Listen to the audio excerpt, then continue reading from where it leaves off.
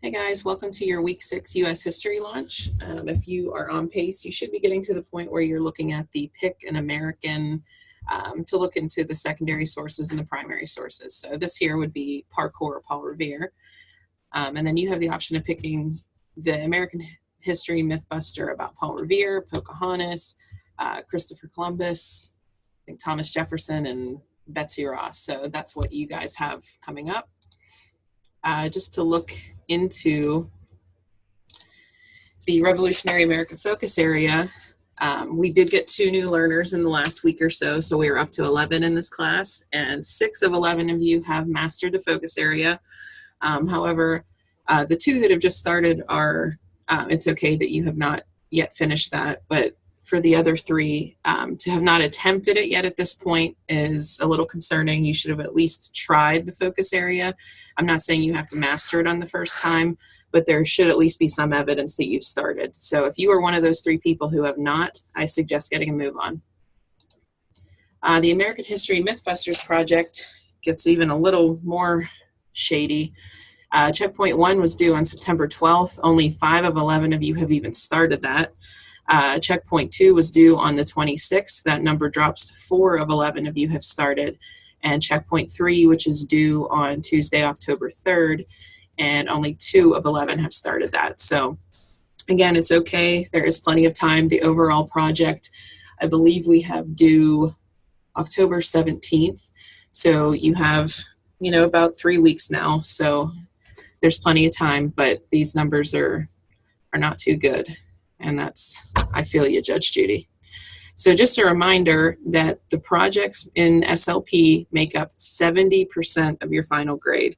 So those of you who are just kind of whipping through focus areas and not even touching the history project, I hate to break it to you, but you will not pass this course or any other course if that's your game plan. So I suggest getting into the checkpoints, start working. If you're confused by them, reach out to me, reach out to your other instructors so we can walk you through these.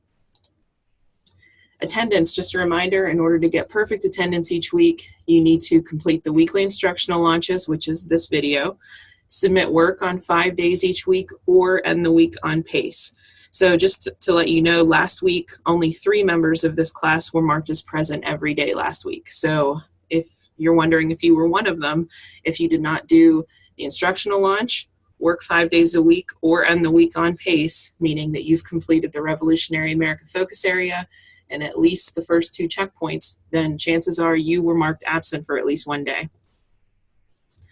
Just a reminder of how you can show you're working is the most important part is to set the goals. So a lot of you, I'm looking in, you still do not have goals set, and that's what the picture on the left is. If you have a blank week, again, that does not mean you have nothing due. That means that you need to get out of the week page and go to the year page and click into an assignment. So the person on the right is showing they're detailing every single day what they are doing, so that when we go back and look for attendance purposes, we can say, okay, they were actually working, they were taking notes, they were reviewing for a focus area. That way there's evidence that you were working. So if you have not started putting goals, now is a good time.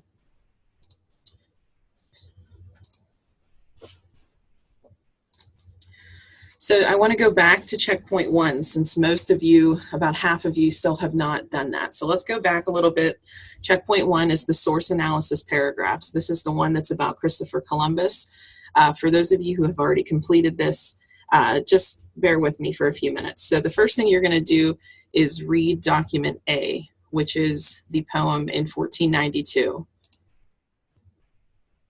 So this poem right here, you're going to read this poem, and then you're going to keep in mind the point of view and the purpose. So your first paragraph is going to be, what is the point of view? What is the purpose of that poem? So in other words, who wrote that poem? Was it Columbus? Was it somebody on the boat with him? Is it a historian looking back? Is it a kid that just thinks that Columbus is the greatest person ever?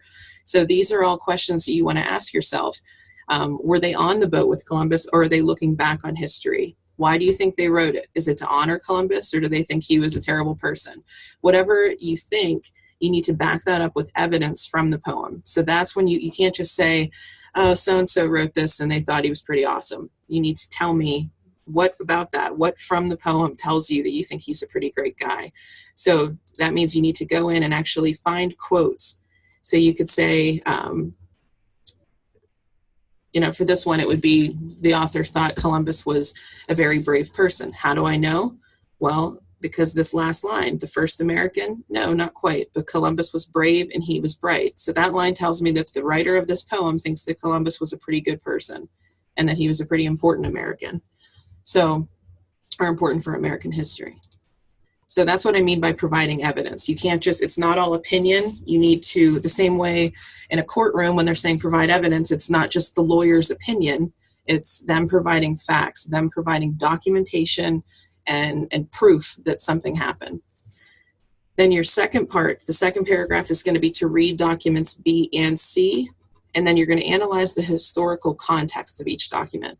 So that means the circumstances and the historical events that influence the writer of that. So again, go into that document, scroll down past the poem.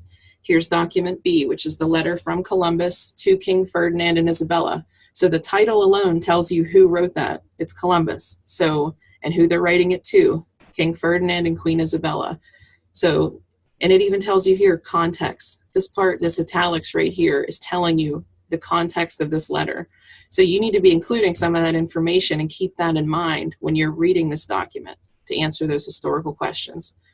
And then document C is the account by Bartolome de las Casas to the Spanish monarchy. And again, it's giving you the context right here in the italics.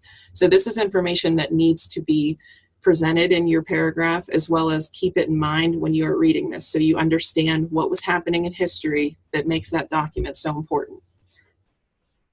So just a real quick, very brief video on historical context.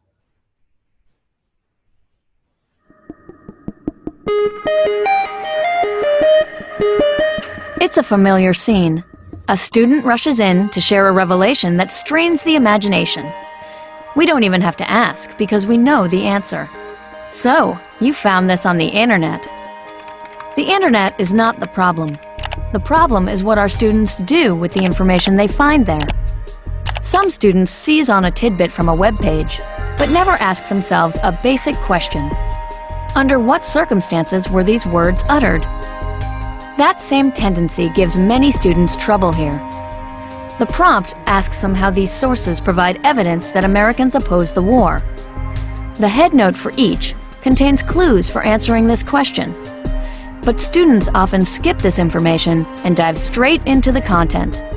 From this student's answer, you'd never know that the first document comes from testimony before a congressional committee. This student repeats what the text says, but ignores the occasion in which it was said. Documents A and B differ in how they cast the war, yet both documents provide evidence for significant opposition to the conflict.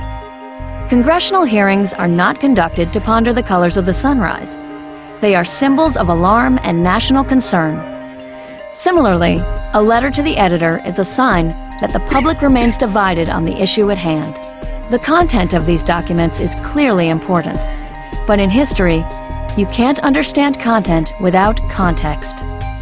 When students skip over where a document comes from, a hearing, a diary, a letter to the editor, they undercut the process of historical understanding. This insight is crucial in understanding our past.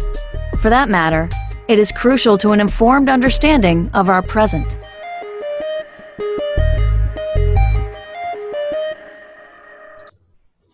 Okay, so again, the historical context, and in this particular one, it's going to be what's written in italics for documents B and C. So make sure you're not skipping over that information because it's very, very important to understand and to be able to explain what the point of view and the purpose was. Just another visual to show you that context does matter. These are just kind of two examples and to kind of try to give you a visual to explain what context is. So the one on the left is obviously two pieces of pizza, but the picture within that, the one on the left is obviously much more appealing than the one on the right. So it's taking into account the environmental factors of what's going on surrounding that issue and that event. And then the one on the right, the creeper versus the artist. So the creeper is taking pictures with his cell phone in a creepy manner, but you know the artist is still in the same position, but he has, you know, the big camera with the lens, and it kind of doesn't seem as creepy because it's not a camera. So context is everything, meaning the environmental factors and everything going on surrounding that is just as important. So to wrap up for week 6, October 4th to October 10th, what you should be doing this week is completing the Revolutionary America focus area if you are one of the 5 people who is not. Otherwise, if you have completed, you should be starting or finishing the civic participation additional focus area, and also completing checkpoint 4 of the American History Mythbusters project. If you are done with checkpoint 4, you can submit the final projects if you're ready. But then if you are somebody who has not started any of the project yet, make sure you are starting with checkpoint 1 and 2 before you're moving on to 3, 4, and submitting final products. So, and just a reminder that the PACE chart is always available in the About page of the Google Classroom. And lastly, another school hack for you guys, that writing something out is equivalent to reading it 7 times. So again, the importance of taking notes, and not just taking notes on the computer. I recommend having a notebook beside you and with a pen and paper and writing that, and just always taking your school notes in that. And then you essentially create an open book test for everything you're doing. So I really recommend writing everything out. If you need anything, please send me a hangout this week. I'd like to see you guys getting started on the project if you haven't, or at least the focus areas. So if you need any help with that, let me know. If not, I'll talk to you next week.